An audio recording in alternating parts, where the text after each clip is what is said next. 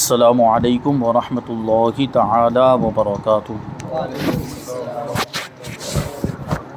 نحمده ونصلي ونسلم على رسوله الكريم اما بعد فاعوذ باللہ من الشیطان الرجیم بسم اللہ الرحمن الرحیم۔ ان اللہ وملائکتہ یصلون علی النبی یا ایہا الذین آمنوا صلوا علیہ وسلموا تسلیما۔ اللہم صل علی سیدنا ومولانا محمد معدن الجود والکرم وآلہ الکرام وابنہ الکریم وبارک وسلم صلاۃ وسلاما علیک یا رسول اللہ صلی اللہ تعالی علیہ وسلم۔ اس سے پہلے کچھ مسائل بیان کیے گئے تھے کہ اگر مسجد کا کوئی سامان ایسا ہے جو بالکل بیکار ہو گیا، استعمال کے قابل ہی نہیں رہا، تو اس کو بیچنے کی اجازت تھی۔ لیکن اب سوال یہ ہے کہ جہاں شریعت کی طرف سے مسجد کی چیزیں بیچنے کی اجازت ہے تو کس کو بیچی جائیں اور خریدنے والا استعمال کرنے میں کیا احتیاط کرے؟ کیونکہ مسجد کی ساری جو چیزیں ہوتی ہیں مسجد سے نسبت رکھنے والی چیزیں، جس طرح مسجد کا ادب ہے ان چیزوں کا بھی ادب ہے، تو اسی لیے کہتے ہیں کہ ان چیزوں کی بیع کافر کے ہاتھ نہ ہو، یعنی یہ چیزیں کافر کے ہاتھوں نہ بیچی جائیں بلکہ مسلمانوں کے ہاتھ بیچی جائے، اور مسلمان ان کو بے ادبی کی جگہ پر استعمال نہ کرے، کیونکہ ان کا ایک ادب ہے مسجد سے نسبت ہو جانے کی وجہ سے۔ بلکہ مسجد کا جو کچرا ہوتا ہے اس کا بھی ادب ہے، مسجد سے اگر کچھ کچرا نکلا یا ملبہ وغیرہ کچھ نکلا ہے تو اس کو بھی ایسی جگہ پر ڈالا جائے گا جہاں اس کی بے ادبی نہ ہو، ان باتوں کا خیال رکھا جائے۔ اب بہت ہی اہم سوال ہے کہ عین مسجد جہاں نماز پڑھی جاتی ہے اس کے کسی حصے کو وضو خانے میں تبدیل کر دینا کیسا ہے؟ جیسے مثال کے طور پر ابھی ہماری مسجد کے اندر یہاں پہ وہ جماعت خانہ ہے اور باہر یہ صحن بنا ہوا ہے، یہ بھی مسجد ہی کا حصہ ہے، یعنی یہ نماز پڑھنے کے لیے ہی بنایا گیا ہے۔ اب کچھ لوگ یہاں پر ٹرسٹی یا متولی یا کوئی اور بھی اگر وہ صحن والے حصے کے اندر وضو خانہ بنا دیں تو اس کا کیا حکم ہوگا؟ بعض اوقات دیکھا جاتا ہے کہ کچھ مسجدیں جو پرانی ہوتی ہیں تو زمین سے متصل ہوتی ہیں، جب اس کو اوپر اٹھاتے ہیں بعد میں جدید تعمیر کرتے ہیں، نئی تعمیر کرتے ہیں تو نیچے والے حصے میں وضو خانہ بنا دیتے ہیں، حالانکہ وہ تو مسجد کا حصہ ہے کیونکہ مسجد وہاں پر تھی۔ یہ الگ بات ہے کہ اوپر چلی گئی، اوپر لے جانے میں بھی اس بات کا خیال رکھنا چاہیے کہ اوپر والا منزلہ بنانا یہ جائز تو ہے لیکن ضرورت کے وقت ہی اوپر جا سکتے ہیں، جماعت نیچے ہی سے کی جائے گی، امام وہیں پر نیچے کھڑا، لہٰذا اس کی بناوٹ ویسی ہی ہونی چاہیے کہ ایک مسجد جب ایک مرتبہ زمین سے متصل بن گئی تو اب وہ ہمیشہ کے لیے مسجد ہو گئی، قیامت تک کے لیے مسجد ہو گئی، تو اب بیچ والا حصہ چھوڑ کے اوپر چلے جانا اس کو مکروہ فرمایا گیا ہے۔ تو یہ تو چلیے الگ مسئلہ ہو گیا۔ وضو خانہ بعض اوقات بنا دیا جاتا ہے وہاں پر جو مسجد کا حصہ ہے، تو فرماتے کہ عین مسجد والی جگہ،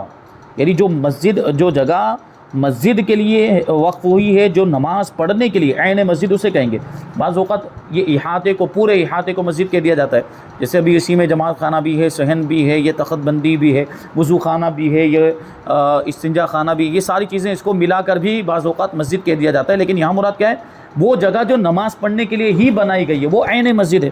تو عین مسجد والی جگہ پر وضو خانہ بنانا اور یہاں پر وضو کرنا حرام اور جہنم میں لے جانے والا کام ہے۔ کیوں؟ اس کی وجہ بتائیں گے۔ کیونکہ زمین کا جو حصہ عین مسجد یعنی نماز پڑھنے کے لیے مختص ہو چکا، یعنی نماز پڑھنے کے لیے اس کو خاص کر دیا گیا، وہ اب قیامت تک کے لیے مسجد ہی رہے گا۔ اسے مسجدیت سے خارج کر کے وضو خانہ بنا دینا، کیونکہ وضو خانہ بنا دیں گے تو اب اس کو مسجدیت سے یعنی مسجد ہونے سے خارج کرنا پایا گیا، تو اس کو مسجدیت سے خارج کر کے وہاں پہ وضو خانہ بنا دینا، مسجد کو ویران کرنا اور وہاں بندگان خدا کو نماز اور ذکر سے روکنا ہے، کیونکہ اتنا حصہ جس میں وضو خانہ بن گیا وہاں پہ لوگ نماز نہیں پڑھ سکیں گے، نہ ہی وہاں پر کوئی ذکر و اذکار کر سکتا ہے، نہ کوئی دوسری عبادت کر سکتا ہے۔ تو یہ گویا کہ ہم نے مسجد کے حصے کو ویران کر دیا اور وہاں پر لوگوں کو نماز پڑھنے اور ذکر و اذکار کرنے سے روک دیا ہے، اور اس کے تعلق سے سخت وعید قرآن مجید کے اندر آئی ہے۔ ایسا کرنا نص قرآنی سے ظلم ہے، قرآن کی آیت کے اندر اس کو ظلم فرمایا گیا، اور ایسا کرنے والوں کو دنیا میں رسوائی اور آخرت میں عذاب عظیم کی وعید سنائی گئی، یعنی ان کے لیے آخرت میں بڑا عذاب ہے۔ چنانچہ اللہ تبارک و تعالیٰ ارشاد فرماتا ہے، یہ سورہ بقرہ کی آیت نمبر 114، وَمَنْ أَظْلَمُ مِمَّنْ مَنَعَ مَسَاجِدَ اللَّهِ أَنْ يُذْكَرَ فِيهَا اسْمُهُ وَسَعَىٰ فِي خَرَابِهَا أُولَٰئِكَ مَا كَانَ لَهُمْ أَنْ يَدْخُلُوهَا إِلَّا خَائِفِينَ لَهُمْ فِي الدُّنْيَا خِزْيٌ وَلَهُمْ فِي الْآخِرَةِ عَذَابٌ عَظِيمٌ۔ ترجمہ ہے کہ اس سے بڑھ کر ظالم کون جو اللہ کی مسجدوں کو روکے ان میں نام خدا لیے جانے سے، یعنی اللہ کے مسجدوں میں اللہ کا ذکر کرنے سے، اللہ کی مسجدوں میں اللہ کا ذکر کرنے سے روکے۔ اب یہ کسی بھی طریقے سے ہو سکتا ہے، جیسے تالا لگا دینے کے بارے میں بھی یہ بات بتائی تھی کہ تالا بند کر دیا، دروازے بند کر دیے، لوگوں کو آنے نہیں دیا جا رہا ہے، تو یہ بھی اللہ کے ذکر سے روکنا ہوا مسجد کے اندر۔ اور اسی طریقے سے مسجد کے کسی حصے کو، عین مسجد کے کسی حصے کو ویران کر دیا یا وہاں پہ وضو خانہ بنا دیا، تو یہ بھی تو اللہ کے ذکر سے روکنا ہے۔ تو اس سے بڑا ظالم کون؟ جو مسجدوں میں اللہ کا نام لیے جانے سے روکے اور ان کی ویرانی میں کوشش کرے، کہ ایسا کریں گے تو یہ ویران ہو گئی مسجد، گویا کہ ان کو نہ پہنچتا تھا کہ مسجدوں میں جائیں مگر ڈرتے ہوئے، ان کے لیے دنیا میں رسوائی ہے اور ان کے لیے آخرت میں بڑا عذاب ہے ایسا کرنے والوں کے لیے۔ نیز اب ایک تو برائی یہ ہو گئی کہ یہ ذکر سے روکنا ہو گیا، عبادت سے روکنا ہو گیا، دوسرے اس کے ناجائز و حرام ہونے کی جو وجہ بتا رہے ہیں وہ یہ ہے کہ یہ تغییر وقف ہے، وقف کو بدل دینا ہے، کہ وہ جو جگہ ہے وہ نماز پڑھنے کے لیے وقف ہوئی ہے، وہاں پر وضو خانہ بنانا یہ وقف کی تبدیلی ہو گئی، اور وقف کو تبدیل کرنا جائز ہی نہیں ہے۔ واقف نے جس جگہ کو، جس چیز کو، جس کام کے لیے وقف کیا ہے، بار بار یہ چیز آ چکی ہے، اس کو اسی کام میں استعمال کر سکتے ہیں، اس کو تبدیل کرنا جائز نہیں ہے۔ تو یہ تو تغییر وقف ہے، اور تغییر وقف یعنی وقف کو بدل دینا یہ بھی حرام ہے۔ جیسا کہ ایک جگہ مسجد کے کچھ حصے کو جوتا اتارنے کی جگہ بنایا گیا تھا، تو اس پر سیدی اعلیٰ حضرت امام احمد رضا خان رضی اللہ تعالیٰ عنہ ارشاد فرماتے ہیں کہ مسجد کے ایک حصے کو مسجد سے خارج کر دیا گیا اور اسے جوتا اتارنے کی جگہ بنایا، یہ بھی تصرف باطل مردود و حرام ہے۔ یعنی یہ جو بھی کام کیا ہے یہ بالکل غلط کام ہوا اور اس کو رد کر دیا جائے گا، یہ قابل رد ہے اور بالکل حرام کام ہوا کہ ایک مسجد کی جگہ جب نماز پڑھنے کے لیے جو بنائی گئی تھی اس کو جوتا اتارنے کی جگہ بنا دیا، تو یہ حرام ہے۔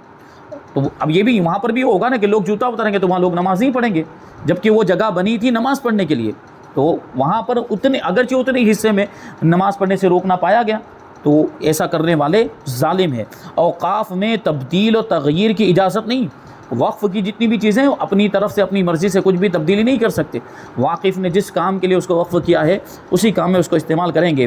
کیونکہ یہ فقہ کا جزیہ ہے کہ لا یجوز تغییر الوقف عن حیتہ، یعنی وقف کو اس کی حیت اور اس کی حالت سے بدلنا جائز نہیں ہے۔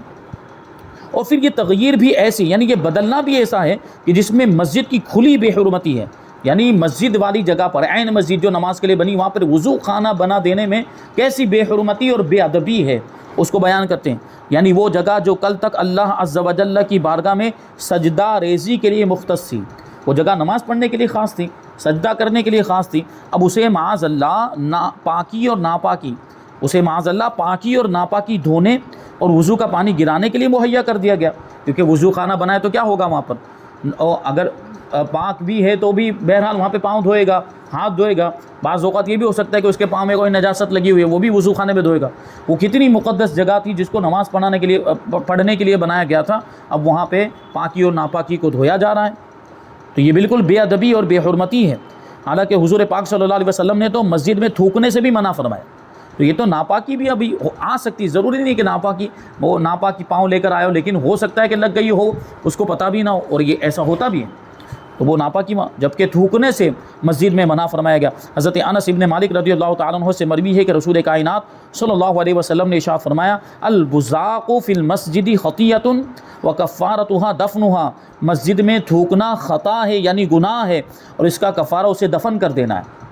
یہ حضور پاک صلی اللہ علیہ وسلم نے اپنے زمانے کے اعتبار سے فرمایا کہ اس زمانے میں جو مسجد کا جو فرش ہوتا وہ مٹی کا ہوتا تھا، تو اگر اس کو تھوک دے تو اس کو دفن کر دیا جائے کہ کیا مطلب وہ مٹی اس پر ڈال دے، وہ زمانے میں ایسا ہوتا تھا۔ لیکن ابھی ہمارے زمانے میں مسجد ہے تو مسجد کا فرش ہے، پتھر بچھے، اس پر اگر تھوک دے گا تو اس کو صاف کرنا پڑے گا، اس پر لازم ہے۔ یہ مسجد کی بے حرمتی اور بے ادبی، بلکہ یہاں تک فرمایا گیا کہ مسجد کے اندر جو لوگ تھوکتے ہیں، اور خاص طور پر بعض اوقات ایسا ہوتا ہے کہ خانہ کعبہ کی طرف منہ کر کے تھوکتے ہیں، اس سے بھی منع فرمایا گیا۔ جو خانہ کعبہ کی طرف رخ کر کے تھوکتے ہیں ان کے بارے میں حدیث میں آیا کہ ان کا وہ تھوک قیامت کے دن یہاں ان کی پیشانی میں اس طرح جو ہے کہ نشان بنا دیا جائے گا، علامت، اور لوگ اس کو دیکھیں گے، اس کی ذلت اور رسوائی ہوگی، اور لوگ اس کو دیکھ کر یہی باتیں کریں گے کہ دیکھو یہ وہ شخص ہے جو قبلے کی طرف منہ کر کے تھوکتا تھا۔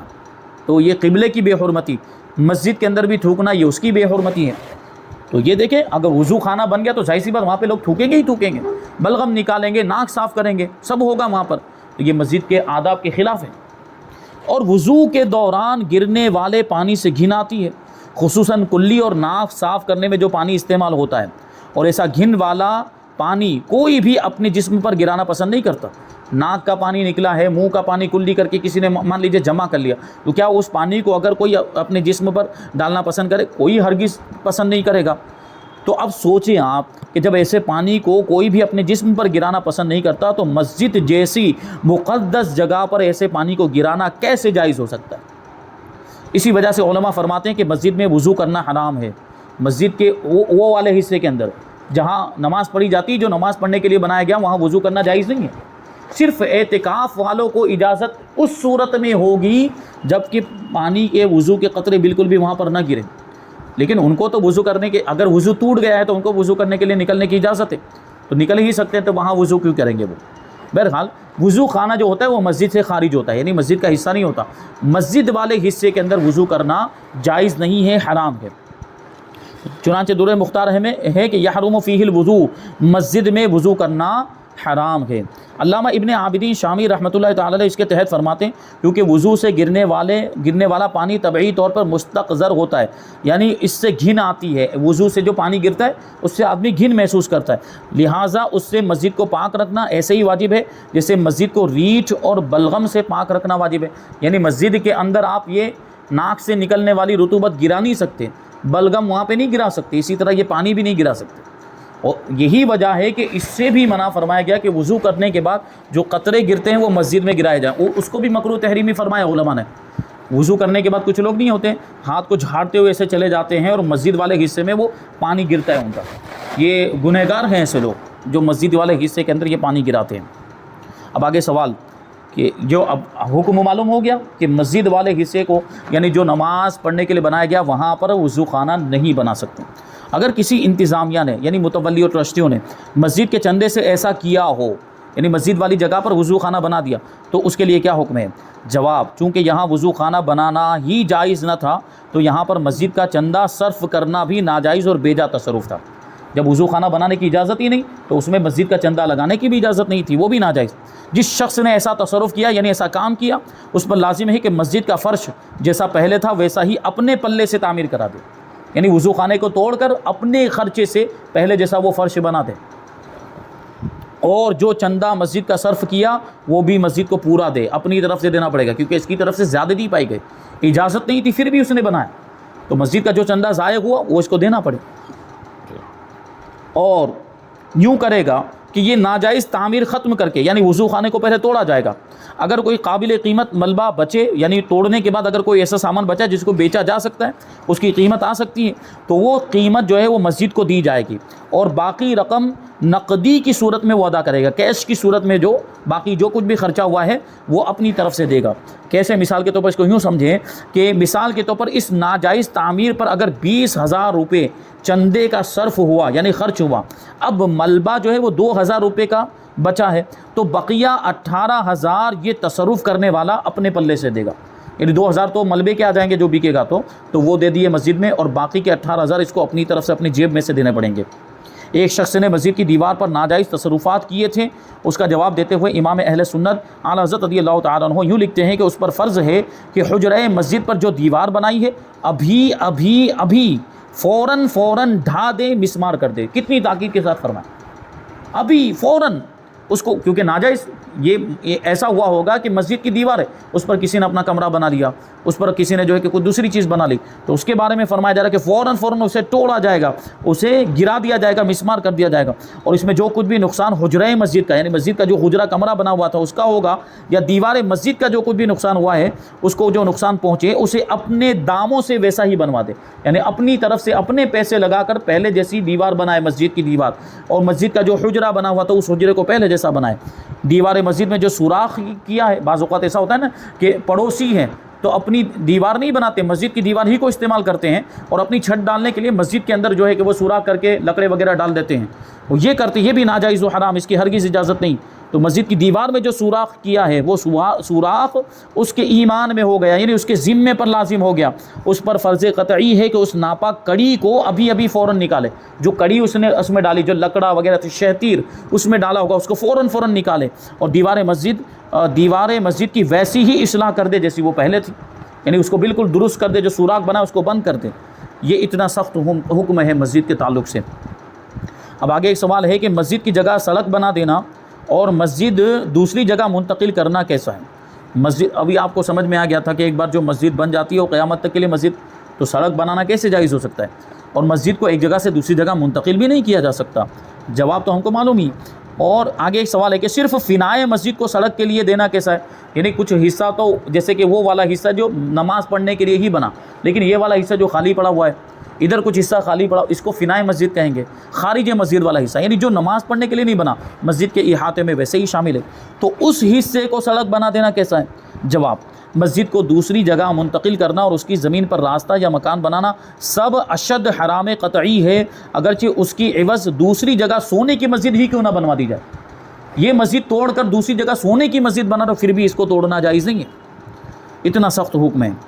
آگے جو فنائے مسجد کے بارے میں، جو خارج مسجد والا حصہ ہوتا ہے، اس کے بارے میں فرماتے کہ صرف فنائے مسجد کو بھی سڑک کے لیے دینا حرام ہے۔ فتاوی رضویہ میں ہے کہ جب فنائے مسجد میں خود مصلحت مسجد کے لیے دکان بنانا متولی مسجد کو حرام اور مسجد کی بے ادبی اور اس کی حرمت کو ساقط کرنا ہے، جیسا کہ کتب فقہ میں کیا مطلب ہوا کہ جو احاطہ، جو مسجد کا احاطہ ہے، جو فنائے مسجد کا خارجی حصہ ہوتا ہے، کچھ ایسی جگہ ہوتی ہے وہاں پر متولی کے لیے مکان اور دکان بنانا جائز نہیں ہے، کیونکہ وہ مکان اور دکان کے لیے وقف نہیں ہوا ہے، تو وہاں مکان دکان بنانا جائز نہیں، تو اس کو سڑک کے لیے دینا کیسے جائز ہو سکتا ہے؟ وہی کہتا ہوں، فنائے مسجد کو عام سڑک کے لیے دے دینا یہ کس درجہ سخت حرام اور مسجد کی بے حرمتی اور اس کی عظمت کا منہدم کرنا ہوگا، یعنی اس کی عظمت کو ڈھانا ہوگا۔ آگے، بانی مسجد نے جامع مسجد بنا کر عین مسجد میں زینہ بنا دیا، کیا اس کا شرعی حکم کیا ہوگا؟ یعنی مسجد بنانے والے نے مسجد بنائی، اس کے بعد مسجد مکمل ہو جانے کے بعد بالکل وہ جگہ جو نماز کے لیے بنائی گئی تھی وہیں پر سیڑھی بنا دی، زینہ بنا دیا کا مطلب سیڑھی بنا دی، جو جگہ نماز پڑھنے کے لیے، جیسے مثال کے طور پر یہ محراب بنی ہوئی ہے اور اس کے پاس والا حصہ جو نماز اب اندر سے اوپر چڑھنے کے لیے جماعت خانے کے اندر ہی سے وہ سیڑھی بنا دی،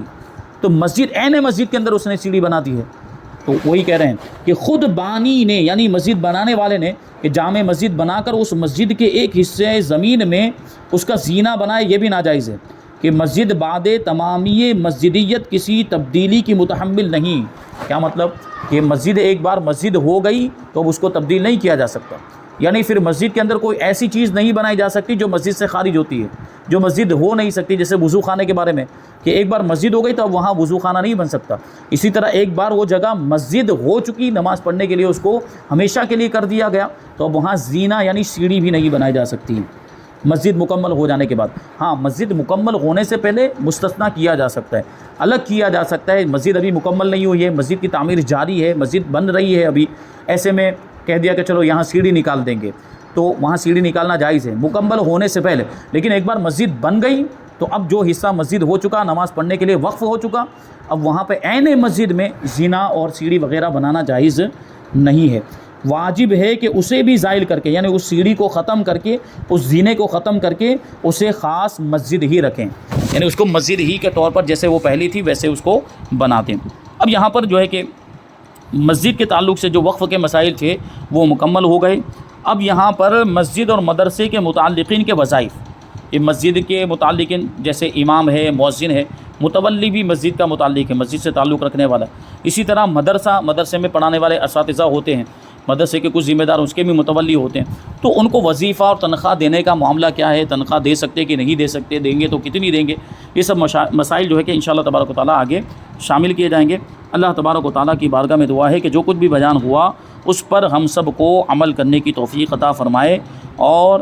ان ساری چیزوں کو یاد رکھ کر دوسروں تک پہنچانے کی توفیق عطا فرمائے۔ اللہ تبارک و تعالیٰ ہمیں قوت حفظ بھی عطا فرمائے تاکہ ان مسائل کو ہم اپنے ذہن میں محفوظ رکھ سکیں اور اس پر عمل کر سکیں بوقت ضرورت۔